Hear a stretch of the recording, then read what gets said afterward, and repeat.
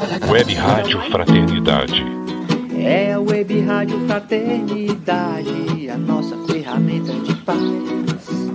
Invadindo ruas, campos e cidades, com amizade, amor, muito mais. É a Web Rádio Fraternidade, a nossa ferramenta de paz. Invadindo ruas, campos e cidades, com amizade, amor, muito mais. Esteja sempre em contato com o bem. No site e no aplicativo da Web Rádio Fraternidade, você encontra orações diárias, palestras e estudos que te sintonizarão com os ensinos do Cristo. Para acessá-los, basta entrar no site www.radiofraternidade.com.br ou baixar o aplicativo da Rádio Fraternidade. Neles, você pode ouvir a rádio em tempo real ou acessar o nosso acervo. Web Rádio Fraternidade, a emissora do bem na internet.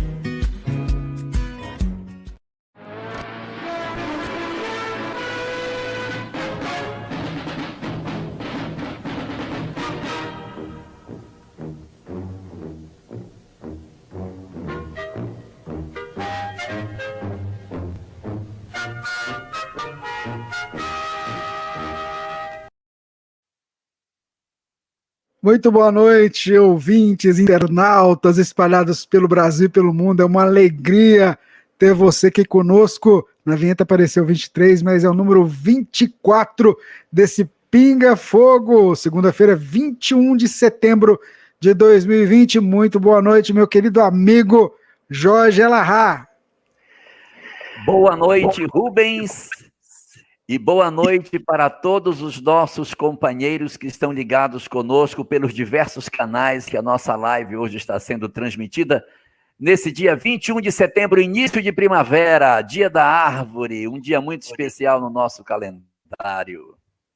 Isso mesmo, nosso agradecimento aos amigos da FEB TV, da Rai TV, da TV7, da TV Secal e os amigos da Web Rádio Amigo Espiritual.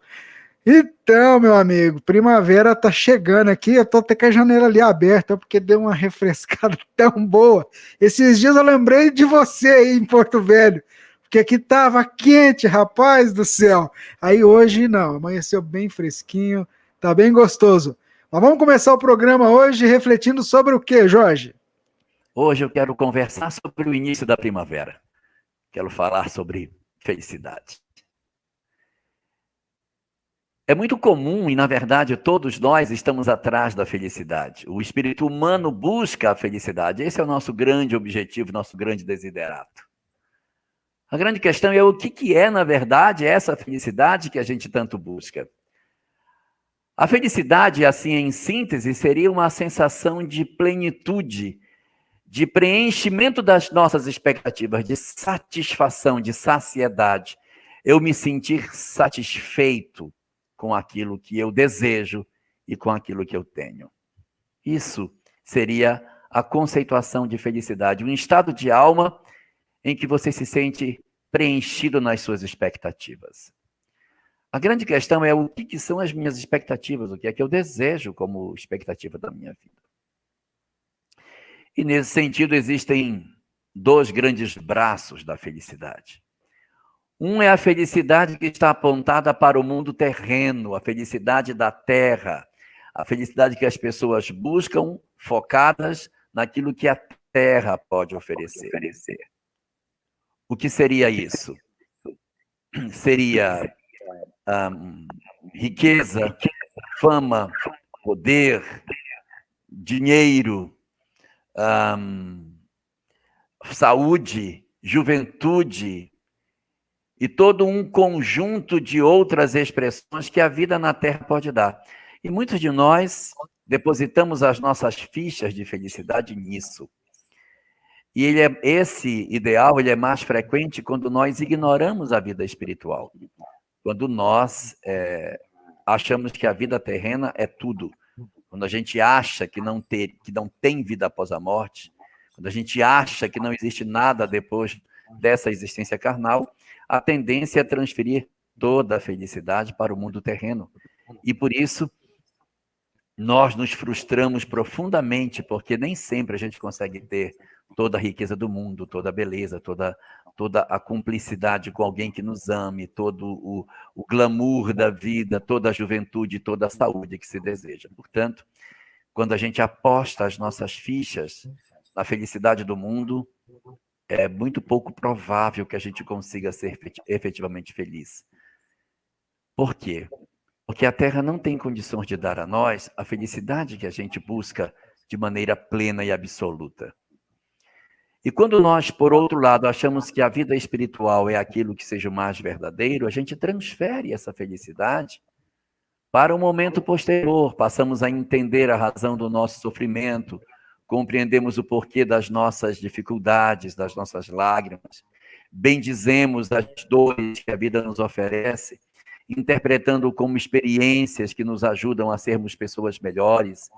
E nessa reconceituação de vida, o nosso propósito de felicidade, ele acaba se transferindo, pelo menos em parte, para o mundo espiritual, na expectativa de que a gente consiga realmente ter uma condição de felicidade não focada só nas coisas materiais, mas nos aspectos espirituais também, para que a gente não deseje só aquilo que o mundo possa nos oferecer, mas entender que a felicidade do espírito, ela é muito mais duradoura, porque ela é permanente, e a felicidade do corpo um dia vai passar.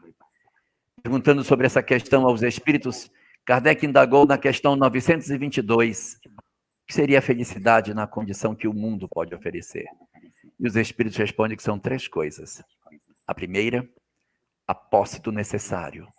Porque se você passa miséria, passa dificuldade, é difícil ser feliz. Mas não precisa ter muito, basta ter a posse do necessário. Essa é a primeira. A segunda, a consciência tranquila. Já está tirando um pouquinho o pé da terra.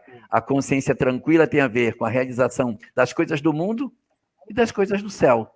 É você conseguir saber que você realizou todas as suas tarefas humanas e as suas obrigações espirituais.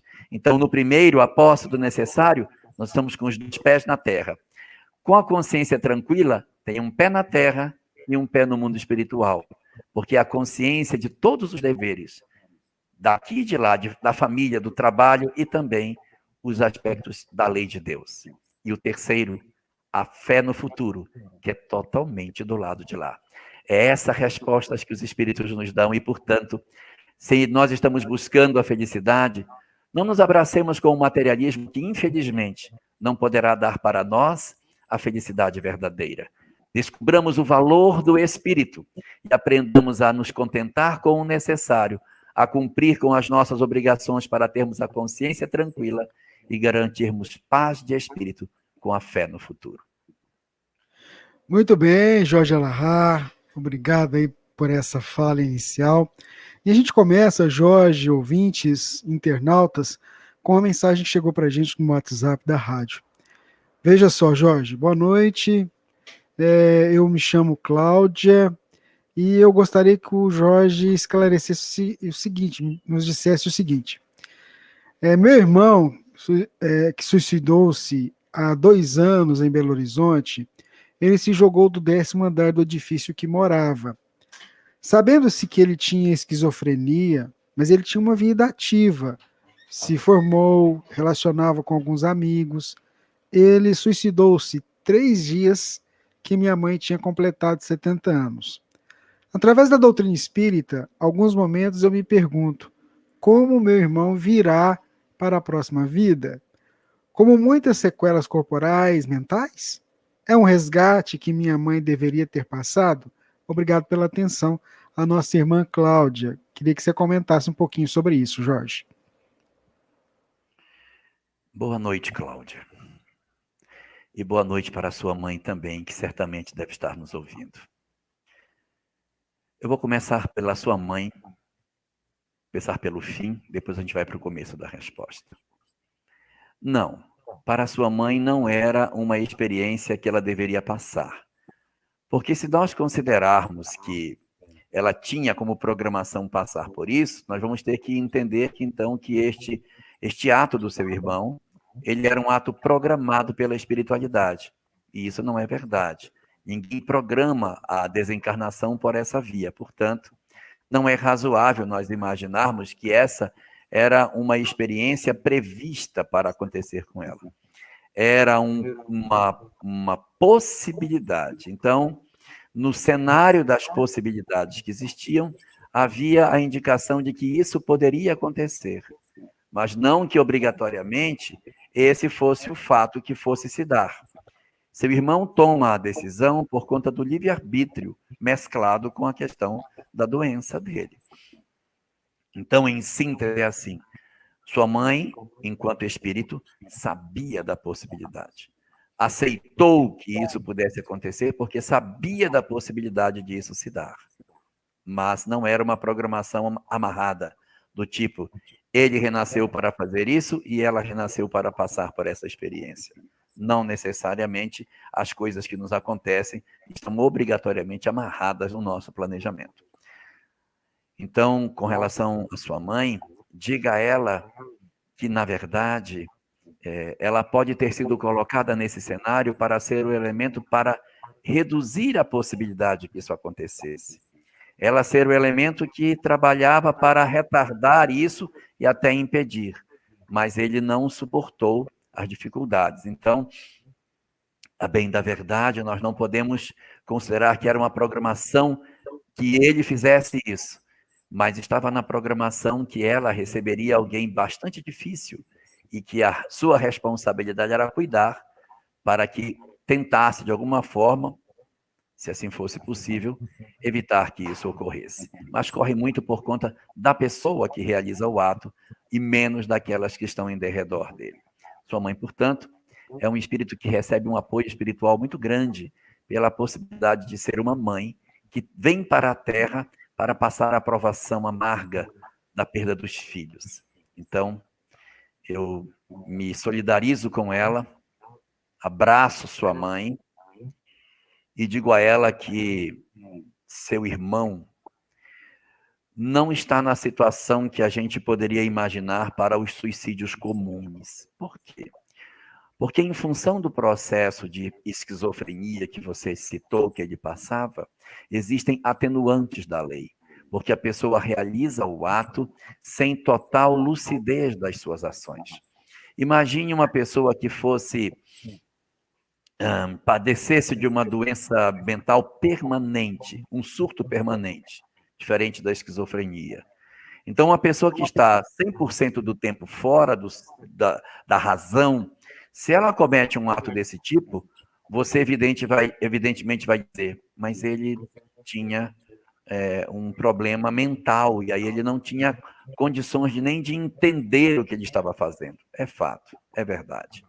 Mas, ao mesmo tempo, no caso da esquizofrenia, você tem momentos de surto, em que quando o surto ocorre, é pouco previsível do que a pessoa pode fazer, quais são os atos até de violência que a pessoa pode cometer. E quando você tem uma experiência desse tipo, é um indicativo de que o processo obsessivo também está muito presente.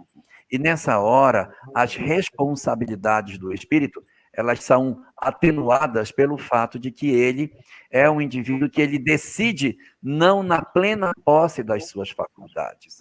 E isso é considerado na lei porque o próprio espírito não se culpa tanto em função do bloqueio que ele passa no momento que ele decide por essa opção de desencarnação. E com relação às sequelas que você pergunta, as sequelas elas dependerão muito da condição espiritual dele. Ele poderá vir com sequelas físicas? É provável. Ele poderá vir com sequelas mentais? É possível. As duas condições são possíveis. As duas condições são possíveis. Agora, uma coisa é certa. Ele vai se levantar. Demora, mas se levanta. Um espírito que se suicida, ele passa um período longo no plano espiritual para que ele tome plena consciência de tudo que se deu durante a sua desencarnação. E esse período é um período que, segundo o livro Memórias de um Suicida, tipicamente corresponde, mais ou menos, com a queima do resto de fluido vital que a pessoa teria para viver durante a existência física. Os espíritos poderiam retirar essa substância dos suicidas? Poderiam, como retiram de outros desencarnados. Então, se eles podem tirar dos outros, por que não tira do suicida que já está sofrendo? Porque é terapêutico. Eles deixam, e se pudesse colocar mais, ainda colocava. Eles deixam, por quê? Porque o fluido vital, ele torna o indivíduo mais físico, ele torna as percepções do espírito mais nítidas. Então, ele está em processo terapêutico de quê? De sentir mais intensamente a experiência pela qual ele passou. E em função da culpa que os suicidas passam, eles revisam de maneira sistemática a cena do suicídio. E a permanência do fluido vital, ele ocorre exatamente para gravar no indivíduo a realidade dessa cena. Sabe por quê? Todos nós, não são só suicidas, todos nós temos a tendência de repetir as mesmas faltas, de cometer os mesmos delitos. Então, para que o suicida não volte para a mesma cena, para que ele não cometa a mesma situação, ele precisa ficar bem claro para ele que aquilo não foi bom. Então, eles deixam, isso é um processo assistido, não está abandonado, isso é o modelo terapêutico que é utilizado. Deixa com que o fluido vital permaneça por um tempo nos espíritos, para que eles revivam essas experiências com bastante intensidade. E quando encarnados, se a cena vier, não, Deus me livre, nossa, me dá até um negócio dentro. Por quê? Porque a imagem ficou bem gravada. Tem sonhos sistemáticos com a cena, exatamente para evitar a reincidência. Então, em resumo, em relação à sua pergunta, seu irmão tem atenuantes em função da doença e também do natural processo obsessivo que acontece nesses casos. Além disso, ele está em processo de recuperação no mundo espiritual, assistido pelos mentores, que usam como técnica de terapia a manutenção do fluido vital para fixar as experiências, para que ele, no futuro, se refaça com mais velocidade. Demora para se refazer, mas ele se refaz. Ele vai voltar, talvez com sequelas físicas, talvez com sequelas mentais, talvez, mas uma coisa é certa, o amor cobre a multidão dos pecados. O mundo espiritual se mobiliza sem trégua para socorrer os que mais padecem. Seu irmão nunca estará sozinho. E para você ter noção do que eu estou dizendo, quem cuida deles é Maria, a mãe de Jesus. Muito bem, Jorge. Tem uma perguntinha aqui. Essa aqui, vamos lá. Por favor, nos fale sobre a questão da absorção do nitrogênio pela humanidade terrestre citada por Aniceto no livro Os Mensageiros. É possível falar, Jorge? É o Paulo. Eu nem sei do que se trata. Muito não bem. Sei, vou procurar saber. Essa eu não sei. O nitrogênio... Eu sei que o nitrogênio é a parte mais maior do ar que a gente respira. Se não me engano, 74% é nitrogênio. Ou 78%, um negócio assim. É bem alto a quantidade de nitrogênio, mas eu não sei a relação que tem isso com a espiritualidade. Vou dar uma procurada, Rubens. E aí, quando for no 25, eu vou trazer a resposta, porque isso aí eu nunca ouvi falar. E eu já li Os Mensageiros, mas não lembro dessa parte.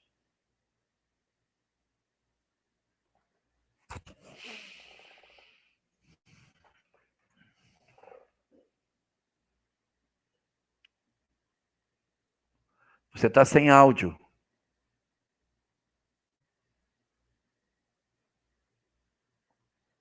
Continua sem áudio.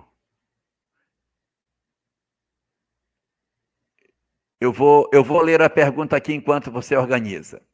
Marlene Forato, de Campinas, pergunta: por favor, fale sobre a parábola do semeador. Gratidão. Bem, a parábola do semeador é uma parábola que está contida no Evangelho de Mateus, no capítulo 13. É ela que inaugura o capítulo 13, e após ela existem mais 6 parábolas.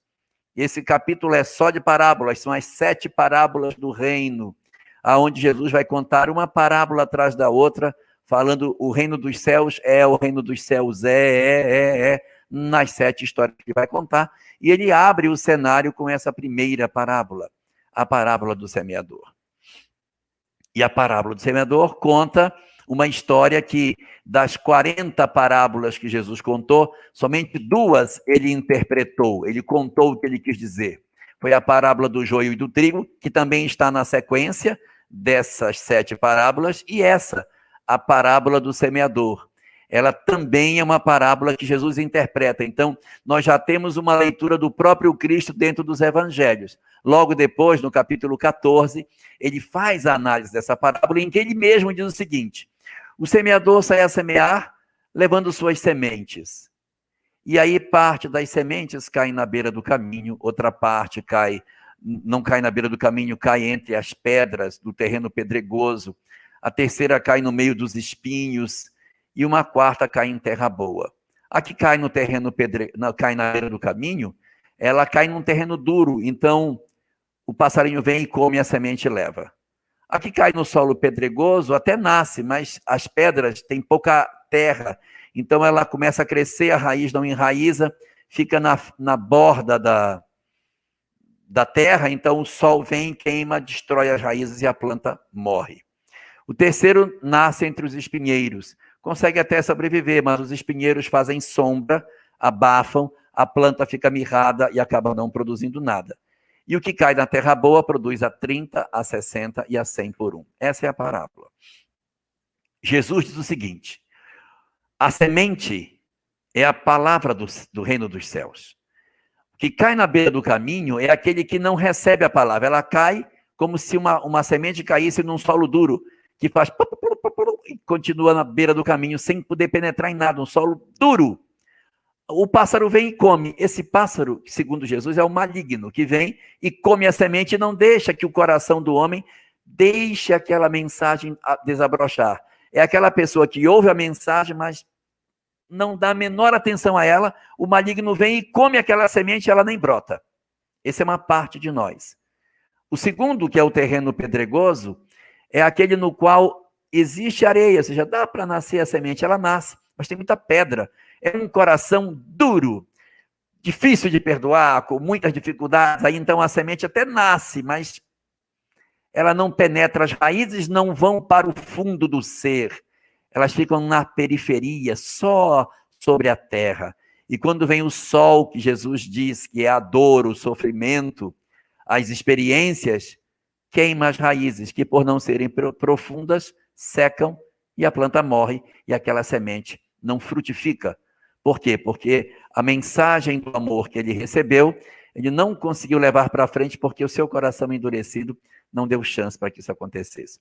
O que cai entre os espinheiros é aquele que até tem uma terra boa, mas as preocupações do mundo, o abafamento dos que estão em derredor, o volume de pessoas que impedem com que aquilo prospere, não deixa que a semente frutifique. Então é alguém que recebe a mensagem, até tem a mensagem, mas aquilo não resulta em nada, ele não consegue perdoar, ele não consegue amar, ele não consegue.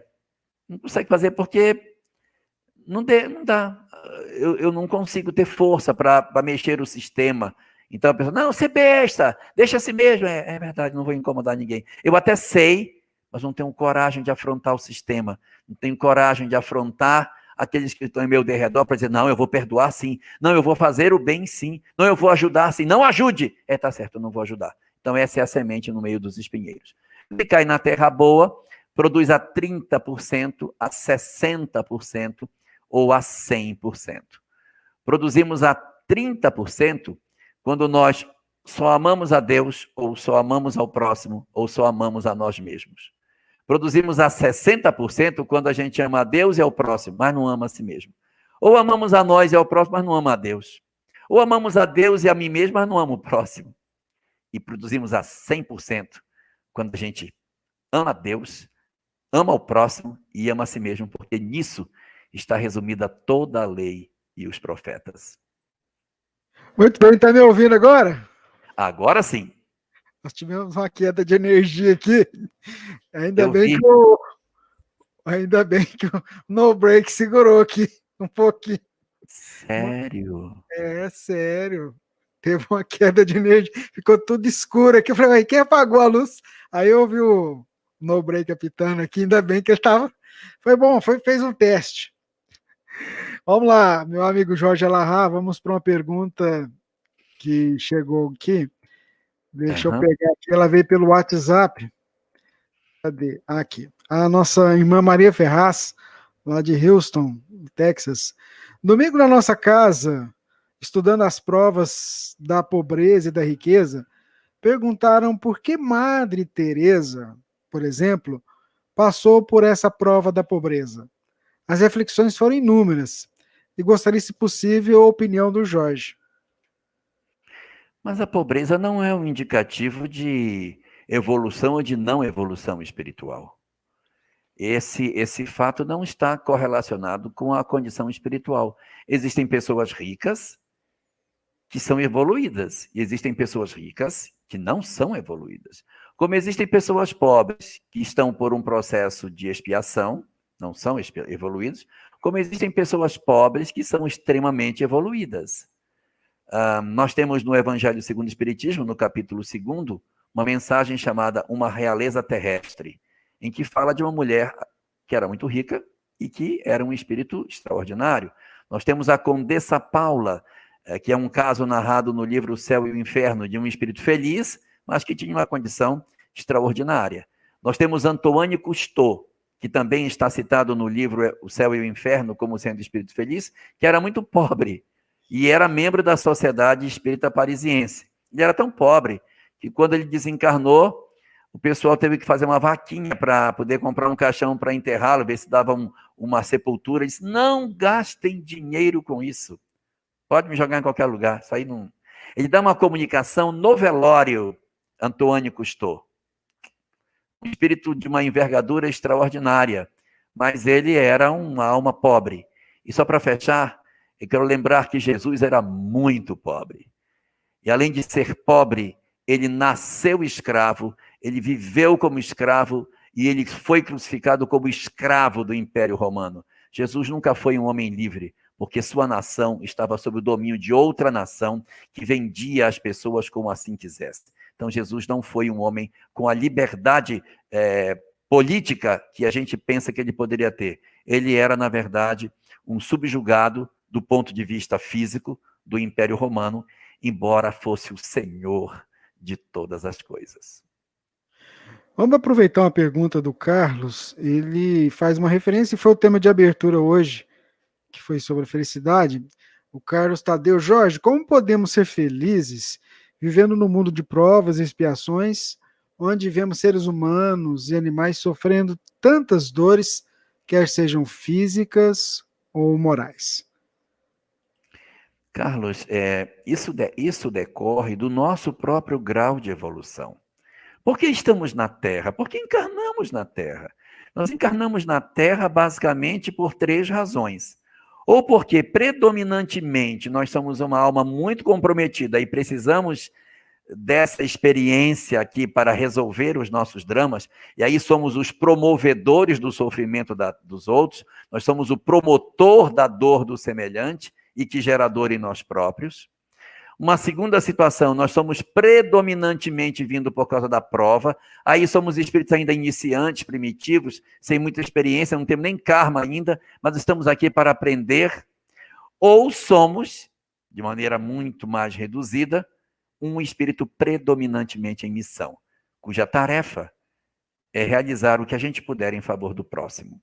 Só que nós temos em nós essa mescla de prova, expiação e missão. Alguns têm mais de um, mais de outro, mais de um, mais do outro, cada um de um jeito diferente. E quando o nosso senso moral vai se desenvolvendo, nós vamos percebendo o outro. Quando eu não percebo o outro, digo, estou nem aí para ninguém, quero cuidar de mim, é porque eu estou mais para trás. Eu estou mais na faixa da expiação, estou mais na faixa da prova. Eu tenho menos leitura de missão. Quanto mais eu vou evoluindo e vou compreendendo as coisas, vou me libertando espiritualmente, eu vou tendo mais condição de enfrentar a vida olhando não só para mim, mas para os outros.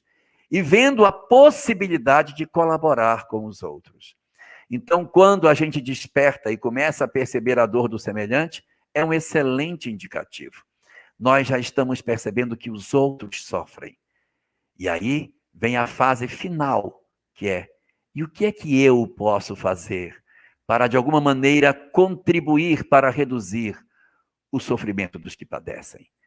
Esse é quando a gente assume efetivamente o comando das nossas vidas e passamos a utilizar o nosso tempo, a nossa disponibilidade, os nossos recursos, as nossas facilidades, os nossos talentos, que citado na parábola dos talentos, em favor dos outros, para multiplicar as nossas potencialidades. Porque quanto mais eu dou, mais se engrandece em mim novas potencialidades que eu não sabia que eu possuía e que eu desenvolvo à medida que eu atuo no bem. Então, como podemos ser felizes nesse mundo? Realizando o que a gente puder para reduzir o sofrimento dos outros. No Livro dos Espíritos, no livro Evangelho segundo o Espiritismo, há um momento em que os espíritos são indagados por Kardec pela seguinte questão. Kardec pergunta: deve-se pôr fim às provas do próximo? Ou seja, eu estou vendo uma pessoa sofrer, eu vou colocar fim na prova dele?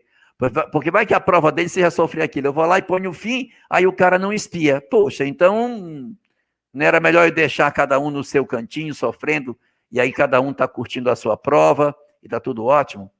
E os espíritos respondem: deve pôr fim às provas do próximo. Mas ele não está passando por uma prova, se eu colocar não vou interferir?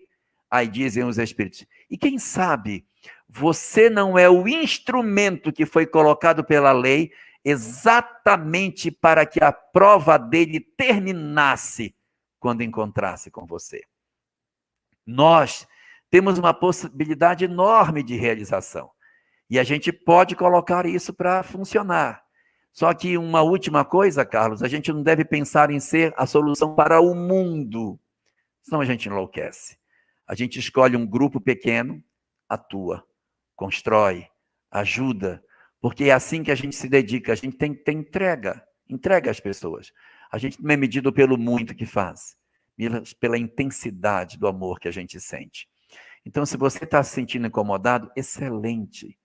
Comece um trabalho que possa ajudar um grupo pequeno que seja, ajudando poucas famílias, um trabalho individual, para que você se sinta diretamente comprometido, ou um trabalho institucional, feito por uma instituição, uma casa espírita ou qualquer outra instituição que realiza uma tarefa no bem. Mas faça, porque vai lhe realizar muito você sentir que você está dando a sua contribuição para melhorar o mundo. A gente talvez não vai conseguir resolver o problema de todos, mas pode resolver o problema de alguns. Existe uma história que fala sobre isso, de um homem que vinha passeando de manhã cedo na praia e tinha uma outra pessoa jogando estrelas no mar de volta. A onda tinha trazido e tinha milhares de estrelas do mar na beira da praia. E ele pegava a estrela do mar e jogava de volta. Pegava outra estrela do mar, jogava de volta. E o mar e a areia da praia imensa, cheia de areias, cheia de estrelas do mar. E esse que vinha caminhando olhou o rapaz e disse: o que você está fazendo? Estou devolvendo as estrelas do mar para o mar. Mas você está vendo que o seu trabalho não vai fazer diferença nenhuma? São milhares de estrelas do mar aqui. Por mais que você jogue, amanhã vai entrar mais um monte. O seu trabalho não vai ser para nada. Por que você está fazendo isso? E se abaixa, pega mais uma estrela, joga para dentro do mar e diz: mas para essa estrela fez diferença. Pense nisso. Muito bem. Tem uma pergunta que chegou para a gente aqui, aliás, para você, né? A Lia Menezes, ela está lá em Porto Alegre, no Rio Grande do Sul, e ela pergunta o seguinte: a doação de órgãos, segundo Zalmiro Zimmermann, em seu livro Perispírito, pode, às vezes, afetar o perispírito tanto do doador como do receptor, se não está pela vontade sincera de ambos. Sabendo-se que o doador deve ser mantido vivo, ligado a máquinas para a retirada de seus órgãos, como fica este momento de desprendimento dos laços no instante do desligamento destas máquinas? Não estaríamos interferindo nos planos reencarnatórios firmados por nós mesmos? A nossa irmã Lia Menezes, lá de Porto Alegre. Boa noite, Lia. É verdade. A pessoa precisa estar com a vida orgânica funcionando para que você faça a retirada dos órgãos. Mas essa vida não é mais a vida espiritual. Isso vai acontecer após a morte cerebral. E como a morte cerebral já se deu, não há mais vinculação do espírito com o corpo. O espírito pode até estar, sei lá, ligado ao corpo porque ele não conseguiu desenlaçar.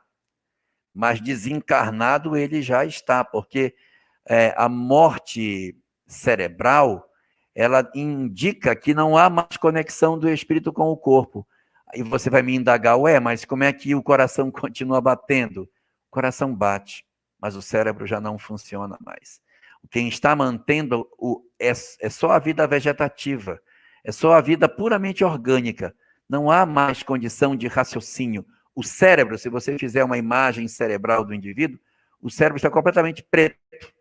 Ele não tem mais nenhuma energia cursando nele. Ele está apagado. Só o que ainda está aceso é o tronco cerebral, que ainda mantém as funções vegetativas por um tempo, que também vai apagar. Eu não sei se você já teve a oportunidade de ver uma tartaruga quando ela é morta. Eu espero que não. Mas a tartaruga é um animal muito... Não só a tartaruga, mas tem outros animais que também têm essa característica. Você mata a tartaruga, tira o coração dela, o coração fica pulsando em cima da mesa sozinho. O coração da tartaruga pulsa por umas 2 horas depois de já ter tirado de dentro dela. Então, existe um mecanismo que não tem mais espírito ligado, em que aquilo está funcionando, está mexendo as células, sem que haja um espírito obrigatoriamente vinculado a isso. É um mecanismo puramente material que está promovendo essa ação das células. Como, por exemplo, quando você compra uma maçã, uma banana no supermercado, as células daquela maçã, daquela banana, estão vivas.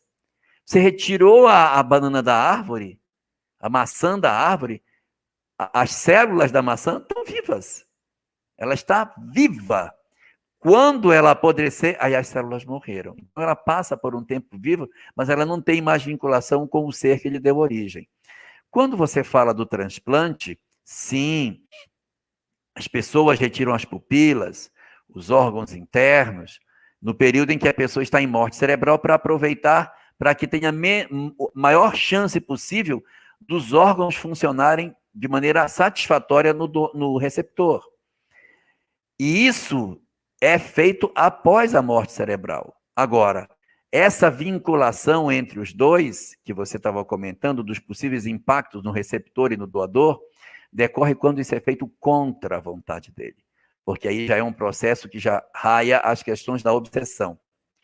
Nós temos alguns casos, né, que são citados, de roubo de órgãos, de pessoas que fazem isso de maneira deliberada. Elas tomam pessoas, roubam órgãos, e às vezes as pessoas vão a óbito por conta do roubo que é feito, retira contra a vontade.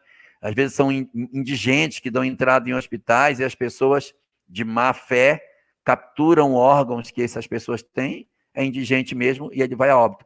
Isso pode gerar um processo obsessivo, porque eu não dei ordem para que ninguém fizesse isso. Eu sou tomado de muita raiva, e isso pode realmente prejudicar a vinculação entre os espíritos. No caso de doação da família, sem autorização do paciente, que já desencarnou, a possibilidade de uma obsessão é bem menor. É possível? É, mas é muito pequena, em função do envolvimento espiritual e do propósito com que aquilo é feito, não é? Mas o roubo de órgãos, esse é bastante complicado. Eu sugiro a você procurar a obra Dias Gloriosos, de Joana de Ângeles, que tem um capítulo específico sobre transplante, em que vai trabalhar todas essas questões que eu estou dizendo. A doação do indivíduo, a doação pela família, o roubo de órgãos, o processo obsessivo e as vinculações que o espírito pode ter com o seu doador em função da forma como isso foi realizado. Muito bem, esse é o Pinga Fogo, edição número 24, e você acompanhando com a gente aqui pela Rede Mundial de Computadores. Vamos lá para mais uma pergunta, vamos colocar ela aqui na tela. A Gisele. Jorge, gostaria de entender por que os espíritos de Quinto Varro e seu filho, Tassiano, encarnaram com os mesmos nomes quando estavam no plano espiritual, no século III, livro Ave Cristo. Ela está lá em Rio Branco, no Acre. Está perto de você. Olá, Gisele. Olá, minha vizinha. Na verdade, nós não temos a garantia de que isso foi exatamente assim. Porque às vezes você, para produzir um romance e não confundir a cabeça das pessoas, você usa o nome do personagem lá e cá para facilitar com que ninguém se perca. Experimente ler o livro Entre a Terra e o Céu sem fazer anotação do nome dos personagens. Você fica louco. Porque A encarna como C, C é H, H é irmão de X, X é irmão de B, B. Chega uma hora que você diz, não, para, eu já me perdi completamente. Então, no meu livro, Entre a Terra e o Céu, tem um mapinha com o nome das pessoas, com as encarnações e quem era quem, como reencarnou com que nome, porque você se perde. Tem um Júlio lá, e depois, o engraçado é que quando eu fiz essas anotações, eu fui depois reler o livro e vi, tem as pessoas aqui atrás, aí eu fui olhar, e Júlio, aí tinha do lado assim, cometeu duplo suicídio. Duplo suicídio? Como é que o cara comete duplo suicídio? Fiquei pensando. É porque Júlio primeiro toma veneno, aí é internado, fica muito mal, mas eles conseguem fazê-lo retornar. Quando ele melhora, ele foge do hospital e se joga nas águas de um rio que passava próximo ali do hospital onde ele estava internado. Então ele comete duplo suicídio. Eu anotei duplo suicídio, depois até eu me confundi. Mas você pegar fulano, Mário, Angelina, Júlio, esse aqui. Nossa, é uma confusão danada. Então, para facilitar, Emmanuel usa uma estratégia diferente de André Luiz, que André Luiz coloca o nome dos personagens e vai bagunçando a gente. O que faz Emmanuel? Didaticamente, mesmo nome lá, mesmo nome cá, para que você não se perca na história. Fica mais fácil para você saber quem era Tassiano na história e quem era Quinto Varro. Muito bem, um abraço para os nossos amigos que estão acompanhando a gente aí de várias formas, estão na rádio, estão aí sentadinho no sofá, assistindo na televisão. Pode tomar água se você quiser, viu? E o nosso amigo Ibaraki lá no Japão, que bacana, hein? Que legal. Eu também tenho uma aqui, viu? Vou mostrar, vamos fazer propaganda aqui, ó. Ó, tá vendo? Ó. Você ganhou uma também, viu? É verdade. Mas vamos lá para uma pergunta. Ela chegou pelo WhatsApp, inclusive foi feita semana passada, mas a gente estava no finalzinho do programa, né? E não acabou não conseguindo fazer. A Silvia Fernanda pergunta: sei que está no final, mas queria uma resposta, se possível. Como perdoar um abusador? Como me livrar do pensamento que esse espírito está pagando no plano espiritual?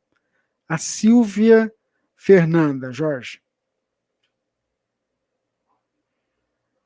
Como me livrar do pensamento que ele está pagando? Então, ele já desencarnou. Bom, ela não disse aqui, né? Mas se ele está pagando no mundo... Uhum.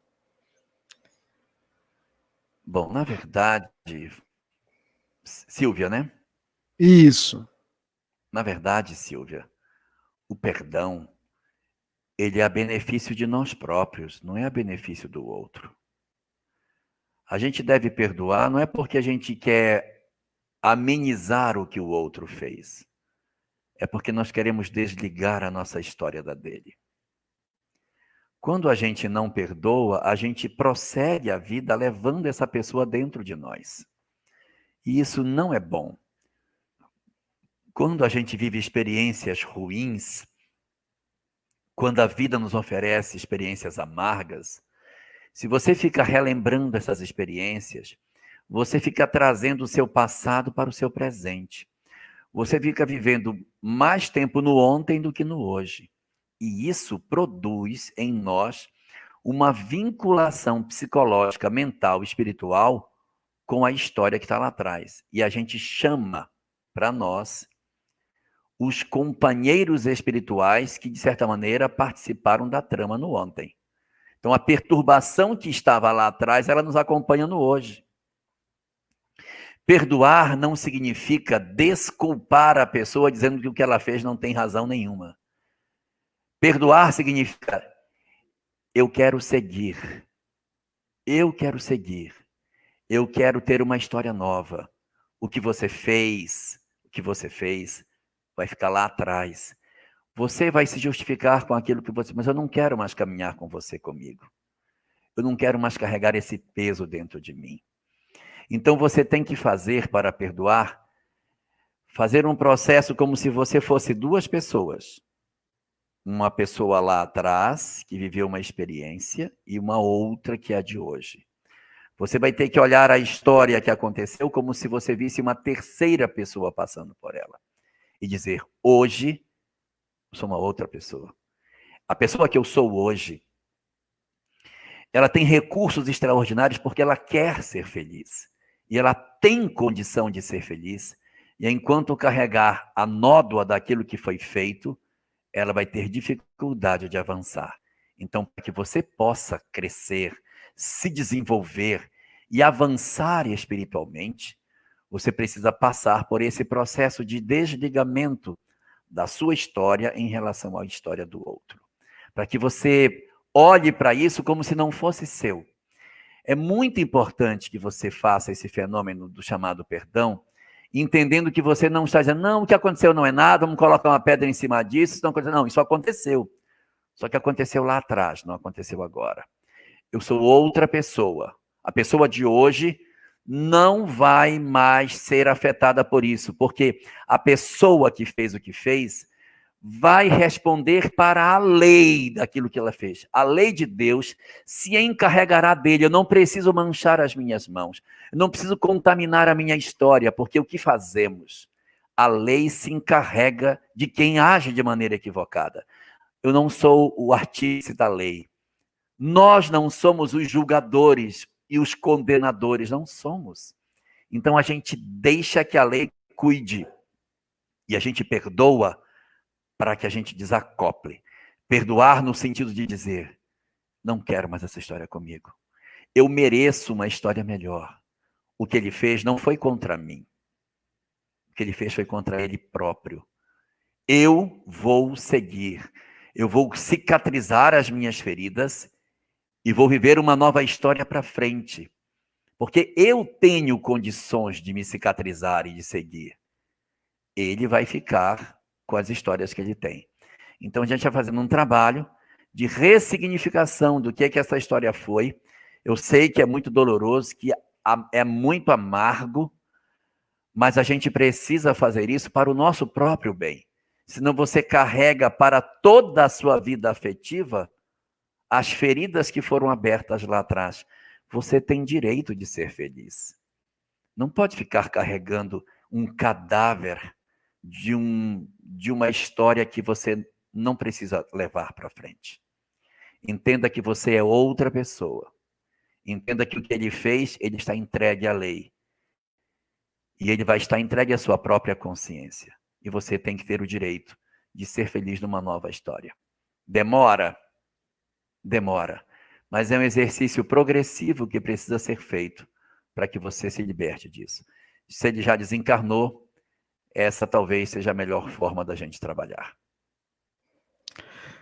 Muito bem. Tem uma outra pergunta aqui, Jorge. O Henrique Assis. Nós vamos colocá-la aqui na tela.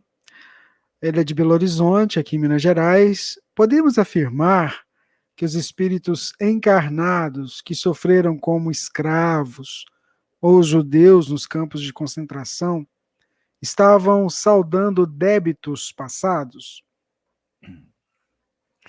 Todas as experiências que nós atravessamos na Terra podem ser de 3 tipos: prova, expiação ou missão. Exceção feita para a doença mental, que é sempre expiação. Se alguém atravessa um processo de escravidão, pode ser por 3 razões. Pode ser uma expiação? Sim, pode. Pode ser um processo de expiação. Pode ser um processo de prova? Pode.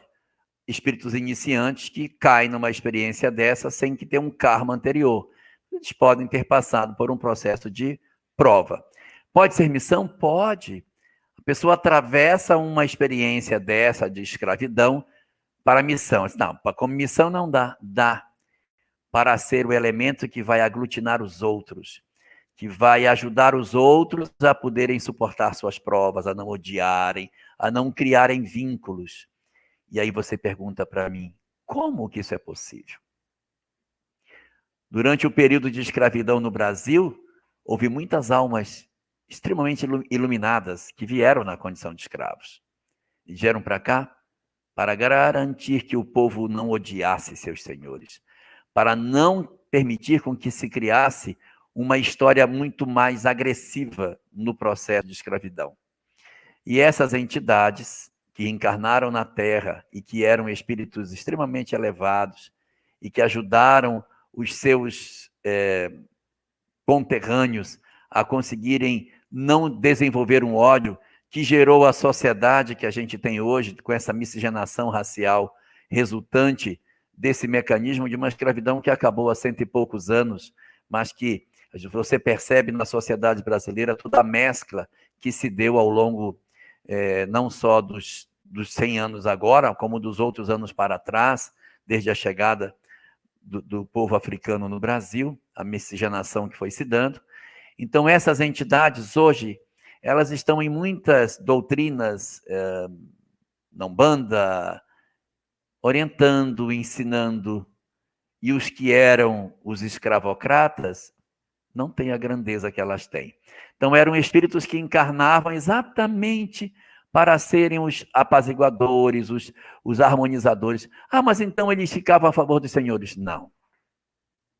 Eles ficavam a favor não dos senhores, mas do Senhor, com letra maiúscula, para que aqueles que eram vítimas não se tornassem algozes, promovendo um processo de lei de causa e efeito desnecessário. Eu não preciso me vingar de ninguém que me agride. A lei se encarrega de cada um. Os escravos que não se vingaram dos seus senhores cresceram, se desenvolveram, avançaram, evoluíram. Mas aqueles que se perderam no processo da vingança estão presos hoje num processo de dor, de ódio, de desamor, e atrasaram a sua própria evolução. Os que conseguiram vencer tudo isso, superar essas dificuldades que são até compreensíveis, hoje estão numa condição espiritual muito melhor, e muitos deles hoje são entidades que orientam outras entidades dentro de alguns cenários mediúnicos que não o espiritismo. Então, veja que nós podemos ter indivíduos que atravessam o processo de escravização sem serem necessariamente expiatórios. O maior exemplo de um escravo que estava em missão é Jesus. Jesus é escravo do Império Romano. E quando perguntaram a ele, a quem é justo dar a moeda a César? O que fez ele? Dai a César o que é de César e a Deus o que é de Deus. Não mistura as coisas. Não devolve com ódio. Segue para que você não gere karma. Os romanos se acabaram. A doutrina romana se acabou. O paganismo praticamente não existe. E o cristianismo? Nascido num local pobre, surgido na província mais pobre do Império Romano, tornou-se a religião dominante do Ocidente, sem agredir os seus conquistadores. Muito bem, Jorge. Vamos para uma pergunta que chegou pelo WhatsApp. Deixa eu ver aqui. O João Bené pergunta assim: boa noite a todos. Elahá, a água fluidificada pode ficar na geladeira? Pode ficar da geladeira. Pode. Os espíritos dizem que a questão da conexão dos fluidos se dá em função da forma como a molécula da água ela é composta, né? Ela tem um oxigênio no meio, tem duas pontes de hidrogênio aqui, acho que são 114 graus que as duas pontes fazem. Ela é uma molécula polar, então ela tem facilidade de agregar energia. E essa condição de polaridade, ela é uma condição que tanto faz estar na geladeira ou não. E aí você está falando de geladeira, aí eu remeteria a outra situação. O Brasil tem muitos climas diferentes. E tem lugares onde fora da geladeira fica até mais frio do que dentro. Então, se você for pensar assim, você vai ter que estar esquentando a água fluidificada lá de Curitiba, lá daquela Serra Gaúcha, lá do pessoal de Santa Catarina, porque ela vai esfriar sozinha. Então, essa condição ela é inerente à própria condição da molécula polar da água.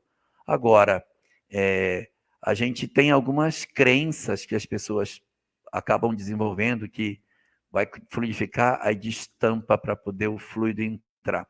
O fluido não entra pelo gargalo da garrafa. Ele penetra o vidro e ele vai e preenche as moléculas com as energias. Então, destampada, tampada dentro do saco plástico, isso não é o principal problema. A principal questão é a gente efetivamente garantir a boa magnetização dela e o consumo de maneira que a gente possa fazer uso das energias que nela estão depositadas. E não só é só a água, viu? Tudo se magnetiza, tudo. A questão é que a água, pela condição de polaridade da molécula, é um excelente vetor para absorver energias. Muito bem. Vamos aqui a Maísa Monteiro pergunta: boa noite, como o Espiritismo explica o comportamento psicopata? Bem, os psicopatas, Maísa, eles são mais numerosos do que você imagina. De 1 a 3% da população da Terra é psicopata, em graus maiores ou menores. Apenas 30% deles se voltam para o crime. A maior parte dos psicopatas estão nas empresas, conspirando, derrubando pessoas para subir, derrubando pessoas de seus postos, conspirando para que as pessoas não consigam prosperar, usando de todo tipo de argumento para isso. Estão, às vezes, nos meios religiosos, explorando seus fiéis. E estão também nos ambientes políticos, também explorando aqueles que, de certa maneira, acreditam nos seus ideais.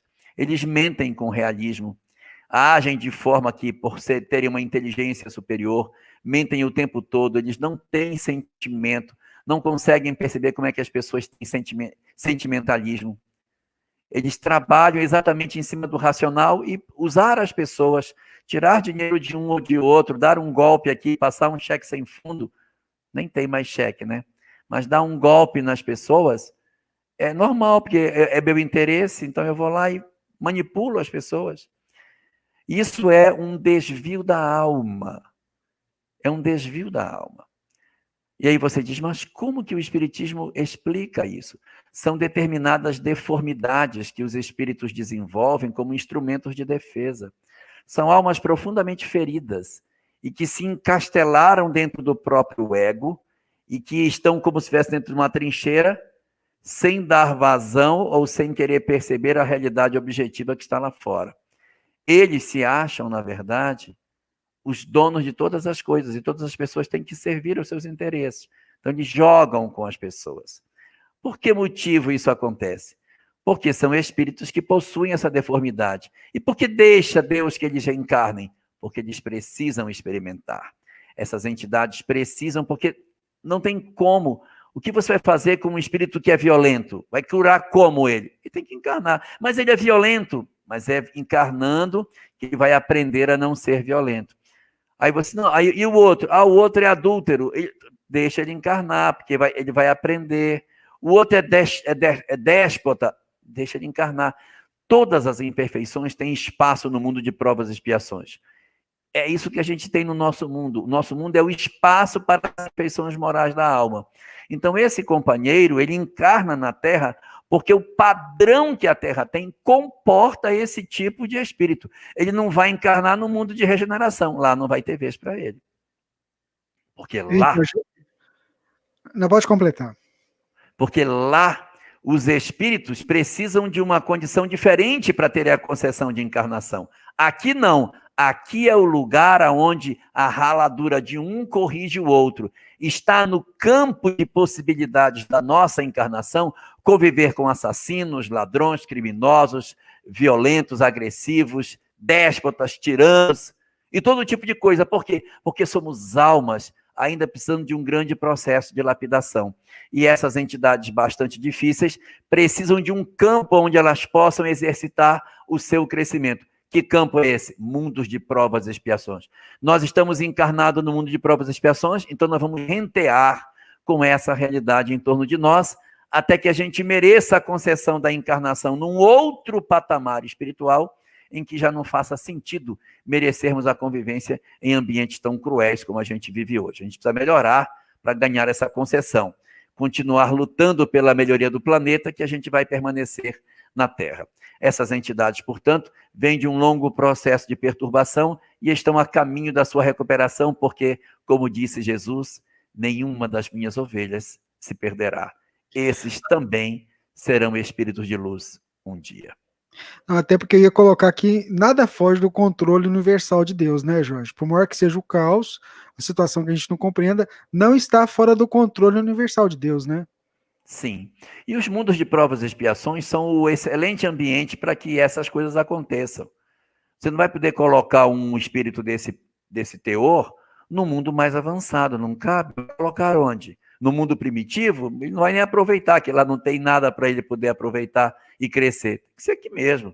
Está aí no mundo de provas e expiações, junto com a gente, que essas entidades vão reencarnar.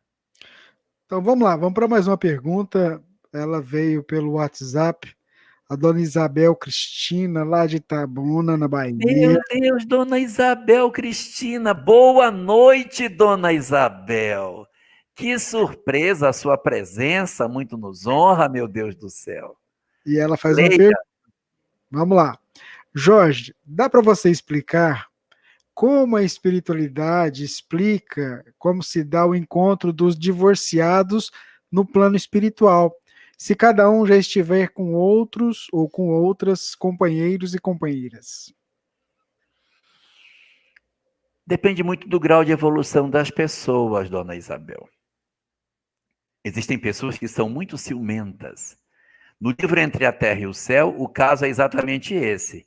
A mulher desencarna e o marido casa com outra, e a mulher que desencarnou passa a ser obsessora da casa, porque ela não aceita a nova esposa que está ali dentro. E aí vira uma confusão. A obra corre nos primeiros capítulos por conta do processo obsessivo da ex-esposa sobre a nova esposa que o marido resolveu casar. No meio da obra, ela muda de pensamento e entende que ela está equivocada e vê o mal que ela está fazendo e inicia um processo de melhoria, no qual ela passa progressivamente a tentar ajudar a família. Então, depende muito do grau de evolução. Existem outras condições narradas no livro Nosso Lar, em que você tem o personagem Tobias, que ele tem duas esposas. Ele casou a primeira vez, aí depois que ele casou, ele ficou viúvo e ele casou com a segunda.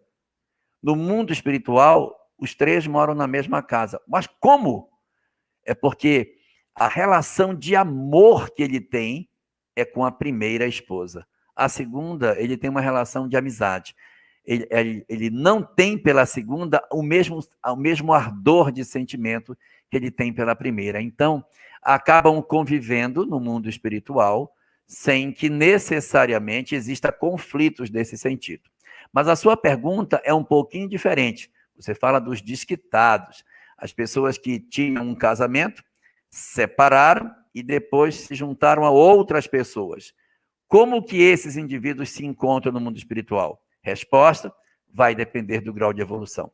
Pode ser que dê errado, pode ser que eles briguem, pode ser que eles se odeiem, pode ser um monte de coisa. E pode ser que, em função da compreensão que eles já tenham da vida, eles se encontrem e digam: minha verdadeira companheira é essa segunda que eu tenho. E ela diz: e o meu verdadeiro companheiro é esse. Nosso casamento não era o que eu que mais amava, era essa e era esse os meus verdadeiros companheiros.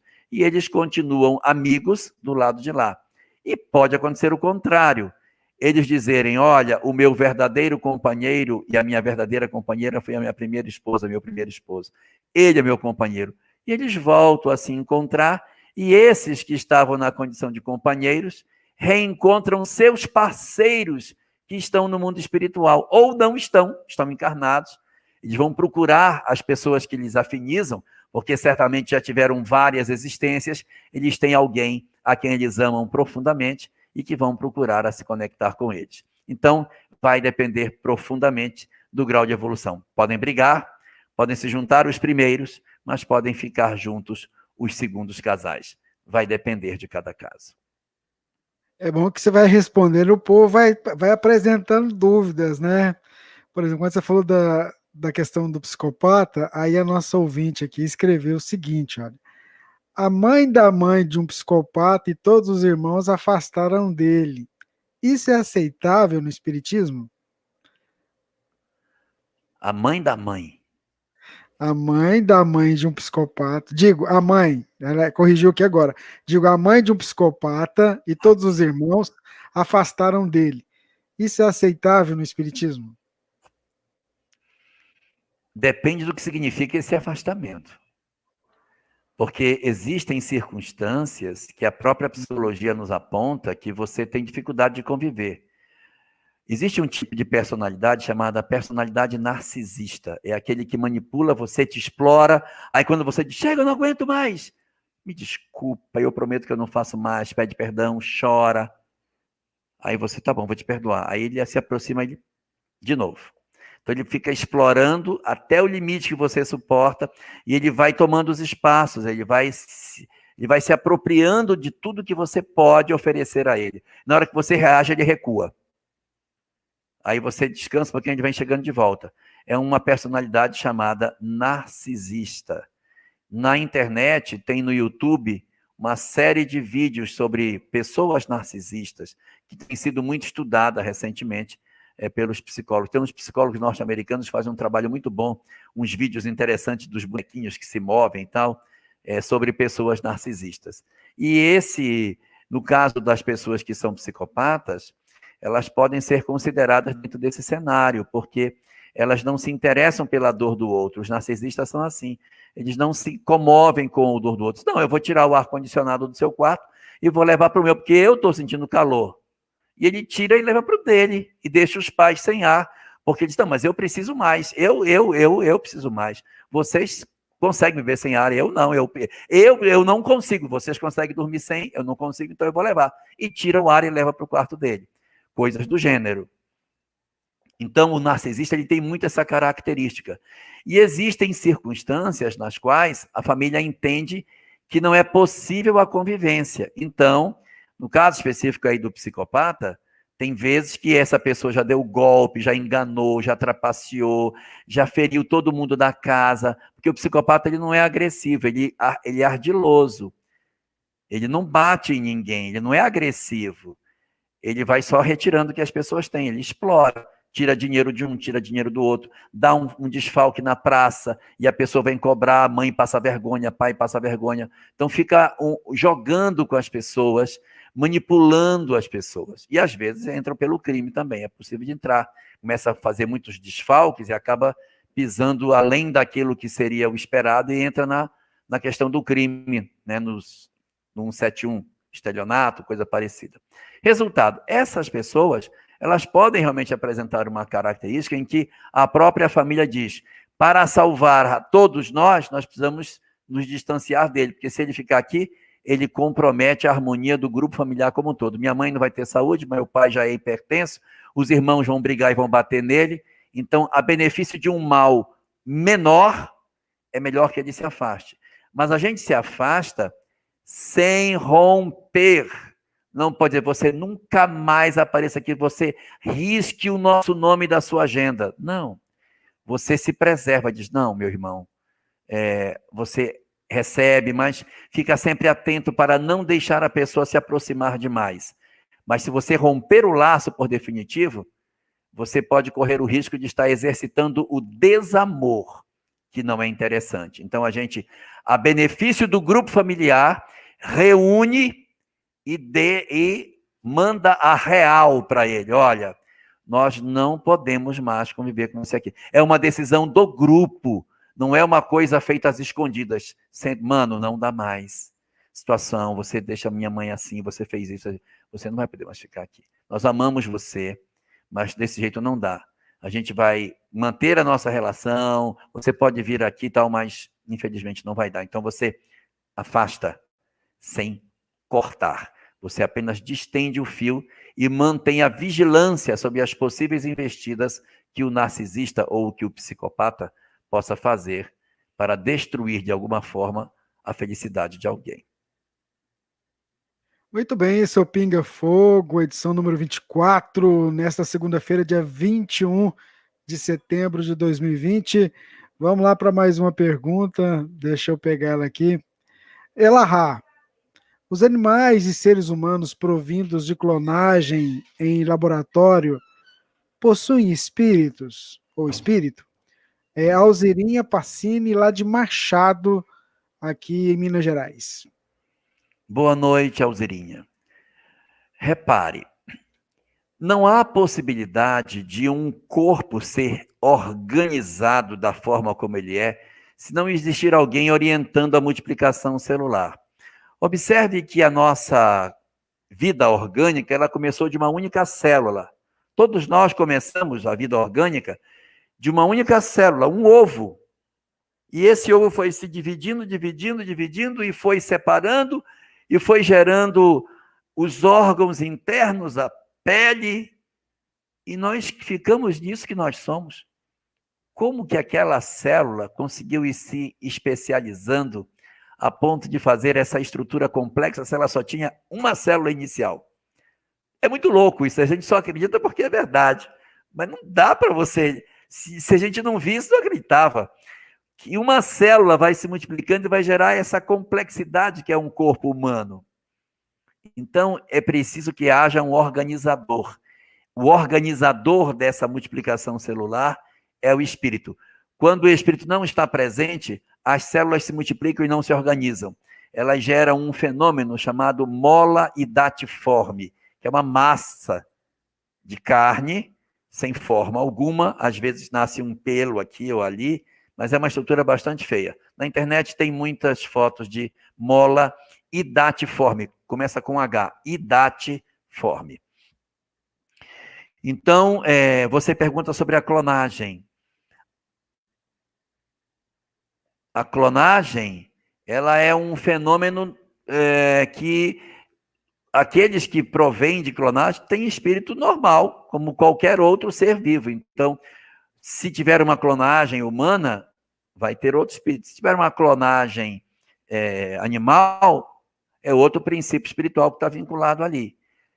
E a gente vai perceber que isso é verdade, por quê? Porque existe um fenômeno na natureza que é o processo de clonagem natural, que são os gêmeos univitelinos. O que é um gêmeo univitelino? É o mesmo DNA que se divide e gera dois seres independentes. E esses dois seres, que se geram de uma única célula, são dois espíritos distintos. Portanto, dois elementos completamente separados um do outro. Então, apesar de terem o mesmo DNA, de se originarem da mesma forma, são em tudo semelhante a um organismo que tivesse sido feito sem clonagem, tal como acontece com os gêmeos univitelinos. Bom, vamos responder uma pergunta que chegou para a gente do Instagram, a Vitória Costa. Como trabalhar o controle da mediunidade de comunicação com os irmãos espirituais que nos circundam? Como distinguir o que é meu pensamento da fala deles? Como distinguir espírito obsessor que atrapalha, me deixando confusa com os amigos espirituais de luz?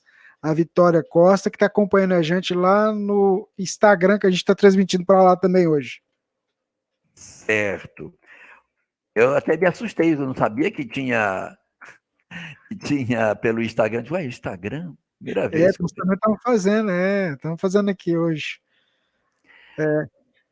O ideal é que a gente trabalhe a questão da mediunidade dentro de um grupo espírita. Por quê? Porque dentro do grupo espírita você vai ter duas ferramentas importantíssimas. Primeiro, o estudo teórico, que vai antecipar a todo o trabalho mediúnico.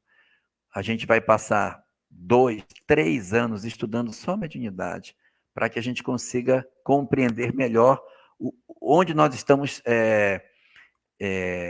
trabalhando, com que com que leis nós vamos trabalhar, que são as leis da mediunidade. E a segunda ferramenta é o próprio grupo, que vai nos ajudar, com a experiência dos mais antigos, a entender determinados mecanismos.